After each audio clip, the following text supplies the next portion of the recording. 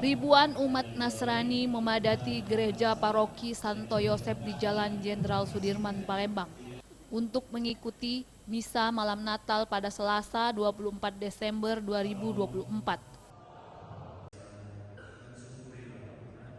Sebelum misa Natal dimulai, PJ Gubernur Sumatera Selatan Ellen Setiadi bersama unsur Forum Koordinasi Pimpinan Daerah Sumatera Selatan melakukan peninjauan ke gereja ini dan menyampaikan pemerintah ingin memastikan bahwa aspek keamanan dapat terjaga dengan baik sehingga masyarakat yang merayakan Natal bisa beribadah dengan tenang.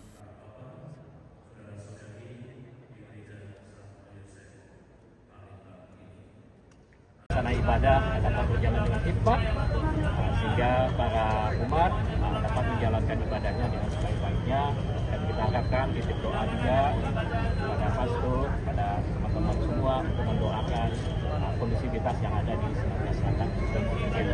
Ya, tata gereja yang akan sedang menyiapkan ibadah, dan ada 86 gereja yang sudah kita lihat dan kita amankan. Insya Allah ini ibadah untuk Natal, kemudian nanti akan dilanjut di tahun baru, kita bisa menjaga dengan situasi yang sangat kondusif. Tema Natal tahun ini adalah sehati dan sejiwa pergi ke Bethlehem. Hal ini disampaikan Pastor Paroki Santo Yosep Romo Higinus Gono Pratomo.